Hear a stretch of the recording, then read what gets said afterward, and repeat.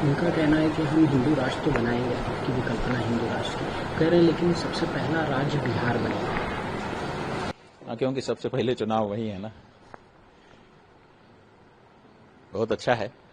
हम कहते हैं कि भारत का कोई कोना हिंदू राष्ट्र के नाम से संबोधित किया जाए तो क्या दिक्कत है, बिहार ही सही। लेकिन हिंदू राष्ट्र में गाय कटती रहेगी कि गाय का कटना बंद होगा? हिंदू राष्ट्र में नदियां बांधी जाती रहेंगी कि वो फ्री फ्लो में हो सकेंगी? हिंदू राष्ट्र में व्यभिचार को रोका जाएगा कि बढ़ावा दिया जाएगा? हिंदू राष्ट्र में जाति के नाम पे लोगों पे अत्याचार होगा कि उसको रोका जाएगा? ऐसे कुछ प्रश्न हैं जिन प्रश्नों का जवाब हिंदू राष्ट्र वालों को देना पड़ेगा। उनको अपना घोषणा पत्र जारी करना चाहिए। उसमें हम देखेंगे, अगर सबसे पहले रहेगा कि हम गौ हत्या बंदी करने के लिए एकदम खड़े हैं, तो हम विचार करना शुरू कर देंगे।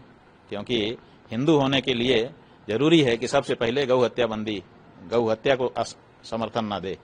तो अगर कोई नेता है या कोई विचार है तो उसमें गाय को सर्वप्रथम स्थान मिलना चाहिए। क्योंकि हिंदू के घर में रोटी बनती है, सबके खाने के लिए बनती है, लेकिन पहली रोटी गाय को मिलती है। तो हमारा तो सबसे पहला काम गाय का है। तो पहले गौ हत्या बंदी की घोषणा करें। जो भी लोग हैं धर्म संसद में सम्मिलित, जो भी धार्मिक धर्माचार्य हैं या धर्म प्रेमी हैं, उनको चाहिए कि सबसे पहले गौ हत्या बंदी की घोषणा करें। हुई है क्या? धर्म संसद में गौ हत्या बंदी की तो घोषणा नहीं होती है, हिंदू राष्ट्र की घोषणा हो जाती है। तो हिंदू राष्ट्र कैसे बनेगा? गाय काटी जाती रहेगी, बोटी बोटी करके बेची जाती रहेगी और हिंदू राष्ट्र बन जाएगा। मुसलमान से मतलब की बात ही नहीं है। बात तो यह है कि आप हिंदू राष्ट्र की बात कर रहे हो ना, तो हिंदू राष्ट्र में गाय कटेगी कि बचेगी, ये सवाल है। इसका जवाब दीजिए। मुसलमान की क्या बात करते हैं? जो राजा होता है ना, राजा की नजर में उसकी प्रजा एक जैसी होती है।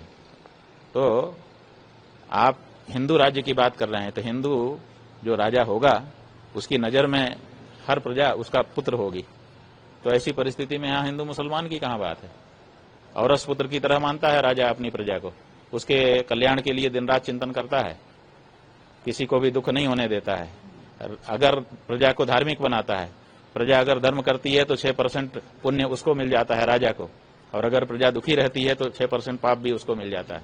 तो ऐसी परिस्थिति में प्रजा धार्मिक बनेगी कि नहीं बनेगी, और जो हमारे मान्य प्रतीक हैं उनकी रक्षा होगी कि नहीं होगी, ये सवाल है।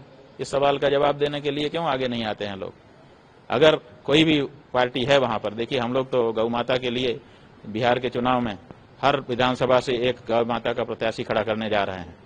अच्छा हो कि उससे पहले कोई पार्टी निकल करके आए और वो कह दे कि हम गौ हत्या बंदी की घोषणा करते हैं, तो हमको कम से कम इतना काम बच जाए हमारा। ऐसी धर्म संसद जो हो रही हैं, इनका हम भी स्वागत करने लग जाएं। लेकिन ये मुंह से नहीं निकलता है किसी के। अगर आप ये वीडियो YouTube पर देख रहे हैं तो हमारे चैनल को सब्सक्राइब करें और बेल आइकन को दबाना ना भूलें। अगर आप Facebook पर ये वीडियो देख रहे हैं तो हमारे पेज को लाइक करें।